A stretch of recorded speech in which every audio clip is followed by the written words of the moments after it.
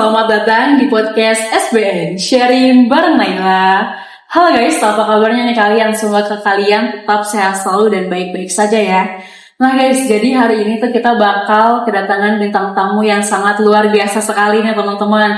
Yang tentunya mungkin teman-teman dari kalangan mahasiswa sudah kenal ya siapa beliau ini. Karena memang beliau ini akhir-akhir ini sedang menjadi perbincangan di media sosial. Tetapi sebelum masuk ke segmen selanjutnya, gue mau tanya dulu nih sama kalian semua. Kalian tuh pernah gak sih ketika lagi berdiskusi sama teman-teman kalian, entah itu di kelas, di grup WA, ataupun kalian bahkan lagi makan sama teman-teman kalian, tiba-tiba ada informasi yang dimana informasi atau gosip ini tuh sangat diyakinin kebenarannya sama teman-teman kalian. Tetapi bagi diri kalian kayak seakan-akan menolak, enggak dulu deh, tunggu dulu deh, kayaknya enggak kayak gini. Seakan-akan di dalam pikiran kalian tersebut itu menolak akan kebenaran dari informasi tersebut. Nah, jadi itu dia guys yang bakal kita bahas di segmen kali ini, yaitu kenapa berani bilang saya tidak tahu justru kelihatan lebih cerdas yang sangat orang jarang lakukan di zaman sekarang. Bersama gue Naila Putri Salsabila dan halo Salwa. Halo Kak Naila. Apa kabarnya nih Salwa? Alhamdulillah baik sejauh ini. Wah, kamu tahu gak sih, akhir-akhir ini tuh kamu lagi jadi perbincangan banget loh di media sosial. Seorang mahasiswa yang sangat aktif menyuarakan tentang politik teman-teman. Sebenarnya gak nyangka juga sih ya bakal jadi spiral itu, karena aku pikir ya hanya ingin menyuarakan saja gitu, apapun itu ya lah gitu. Tiba-tiba, kok bisa spiral ini, dan bahkan tiba-tiba dari pesan dari Kanai diundang ke podcast, kayak oh my god gitu kan. Jadi kayak suatu kebanggaan dan kehormatan juga gitu bisa diundang ke podcast Kanaila juga. Terima kasih nih, jadi tersanjung nih gue nya nih guys. Nah, hari ini tuh kita sebenarnya bakal ngebahas tentang suatu kasus ya, yang mungkin berkaitan juga ada tentang filsafat, psikologi dengan perkuliahan yang sedang kamu ampuh. Betul.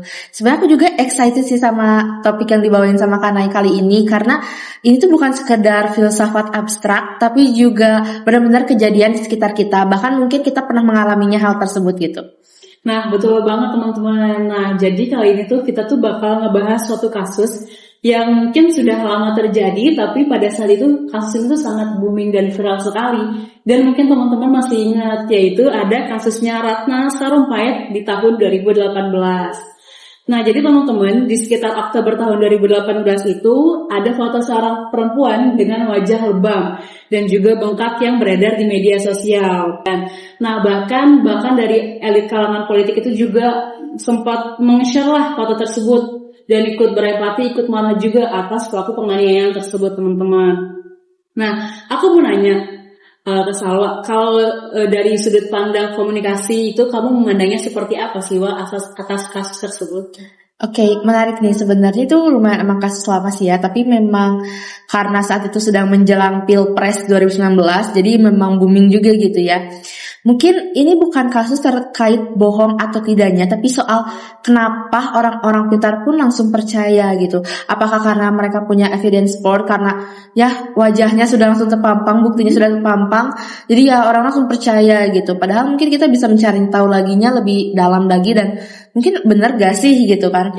Nah, ini tuh yang disebut dalam komunikasi itu confirmation bias, yang dimana kita cenderung percaya informasi sesuai dengan apa yang sudah kita yakini itu sebelumnya, karena kita sudah merasa kita siap menerima informasi apapun, di mana lagi panas-panasnya menjelang Pilpres 2019 gitu, dan termasuk Ibu Ratna ini tuh seorang politikus gitu kan, dan tentunya orang-orang langsung bisa percaya dengan informasi dari orang-orang besar seperti Bu Ratna ini gitu. Dan waktu itu juga mungkin karena apa ya, tipenya ini aktivis dianiaya gitu ya.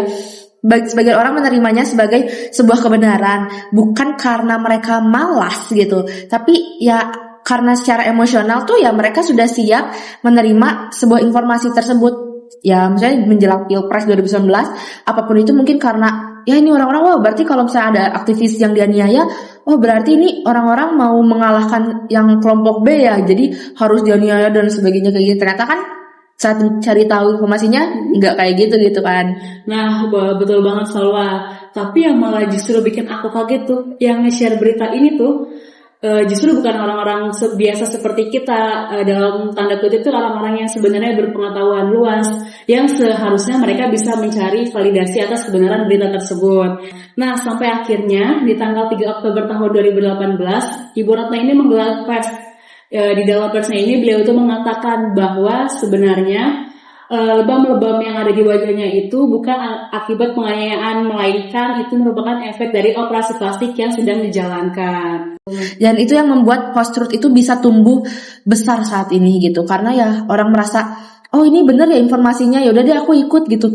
Oh ya ini benar ya informasinya, udah aku ikut aja gitu. Karena ya banyak yang like gitu dan komen merasa setuju, ya udah aku ikut aja. Padahal kalau misalnya kalian berada di posisi, oh benar gak sih, aku verifikasi dulu aja deh. Nah berarti itu adalah menjadi sebuah pengguna yang bijak, dan dia juga makin tahu lah gimana cara meyakinkan masyarakat bahwa informasi tersebut itu benar atau salah tidaknya. Iya betul, berarti orang-orang seperti ini tuh mereka lebih percaya sebenarnya siapa yang berbicara dibandingkan apa yang dibicarakan yang salah. Betul. Nah selalu kalau misalnya kita masuk nih ke sesi psikologinya, nah kenapa sih secara struktural manusia itu takut banget untuk bilang bahwa saya tidak tahu?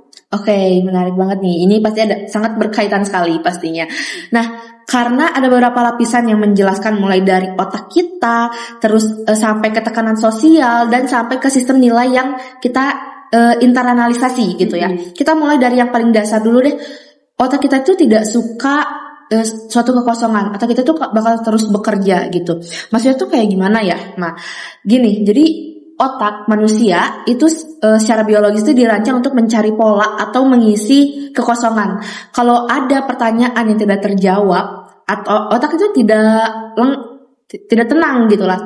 Nah, otak kita bakal terus mencari jawaban, bahkan ketika jawaban itu tuh agak abstrak atau harus dikarang gitu. Karena kita ingin mencari tahu, memenuhi otak kita yang penuh bertanya ini. Nah, kalau misalnya kalau misalnya suatu saat gitu ya, kalau kamu ketika di hutan gitu ya, anggapannya tuh di hutan kamu lagi di situ tuh otak tuh sebenarnya lagi aktif terus gitu, on, dimana adrenalin itu terus menyala, karena kamu harus waspada dong dengan sekitar, dimana kamu memang lagi camping sendirian misalnya gitu ya. Nah ketika ada suara ngaum, pasti orang-orang berpikir apa sih gitu, harimau. Nah iya kan, bisa jadi binatang buas gitu ya. Pasti itu kamu langsung ada suatu penerimaan yang dimana kamu informasi kayak ini tuh kalau misalnya kita tahu informasi ngaum gini tuh biasanya harimau gak sih? Wah ini harus lari nih, berarti peringatannya tuh harus lari. Iya, harus menyimpulkan gitu. Dan disitulah gitu yang dimana sebuah mekanisme otak tuh bakal terus bekerja setiap saat. Apa yang kita terima, bahkan dari detail mata pencahayaan, mendengar, bahkan itu merasakan, itu pasti selalu bekerja gitu. Dan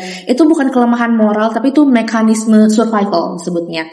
Begitulah gitu. Jadi ya otak manusia tuh tidak akan pernah berhenti untuk berpikir.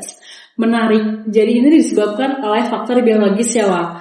Nah, aku mau tanya, kalau misalnya dari faktor sosialnya itu ada nggak sih, Wak? Ada. Kalau untuk sosial itu ada. Mungkin aku bakal ngambil sedikit dari eksperimen Solomon S. Nah, mungkin anak psikologi pasti tahu sih ya ini terkait Solomon S ini eksperimennya seperti apa. Jadi dari eksperimen tersebut tuh ada 7 orang. 6 orang diantaranya itu adalah aktor yang dibayar oleh Solomon, udah di brief dan harus mengikuti apa kata Solomon gitu. Dan 1 orang lainnya itu dia yang hanya spontan gitu. Jadi dia mengikuti aja yang udah terjadi saat itu gitu. Sementara kan kalau 6 orang lainnya udah di briefing sebelum terjadinya eksperimen tersebut gitu. Tahu ya bagaimana alur ke depannya. Iya betul. Nah di eksperimen tersebut tuh ditunjukin ada kartu yang berpanjang, misalnya contoh gitu ya, ada yang panjangnya 30 cm, 30 cm untuk yang A gitu, yang B itu panjangnya itu 15 cm, yang C itu panjangnya 5 cm. Nah orang ketika ditanya mana sih yang lebih panjang, orang-orang pasti jawabnya yang A dong. Tapi karena dalam kelompok itu mereka menjawab yang panjang itu adalah yang C, otomatis 1 orang itu pasti bakal memiliki keraguan. Padahal dia merasa di matanya, di matanya itu kayak udah benar gitu ya, udah benar gitu. Padahal yang panjang itu yang A dong. Dan mereka juga mengikuti gerakannya itu yang A harusnya. Tapi kenapa orang-orang di sekitarku, di kelompokku itu tuh mereka menjawab yang C dan dengan ukuran yang seperti ini? Oh, apakah di situ langsung mereka dan 1 orang itu langsung berpikir, oh berarti yang panjang itu yang A kali ya, ya udah deh aku mengikuti aja. Nah disitulah yang disebut konformitas. Itu disebutnya itu adalah konformitas seperti itu. Nah, salah terakhir nih, kalau misalnya dari sisi filsafatnya itu ada juga nggak sih? Ada, dari sisi filsafat juga ada, disebut juga epistemic cowardice. Nah, atau disebut juga pengecut epidemik yang disebutin Naim tadi gitu ya. Nah, ini bukan istilah yang aku karang sendiri, ini benar-benar dibahas dalam tradisi virtu epistemologi yang berakar dari etika Aristoteles tentang keberanian intelektual sebagai kebijakan gitu. Inti dari epistemic cowardice ini tuh kita tahu kita tidak yakin, tapi kita memilih untuk diam gitu, atau bahkan ikut-ikutan gitu yang kayak FOMO tadi yang kamu bilang gitu kan. Dan bukan karena kita sudah mengevaluasi buktinya, tapi karena tidak mau menghadapi konsekuensi sosial yang konsekuensi sosial dan kejujuran itu gitu. Jadi kayak mereka takut akan konsekuensi sosial, apa yang disebutnya judgmental, judging ya, bener, judging gitu ya, karena tekanan sosial itu benar-benar mempengaruhi banget. Dari sisi psikologi tuh bakal mempengaruhi gitu. Oke.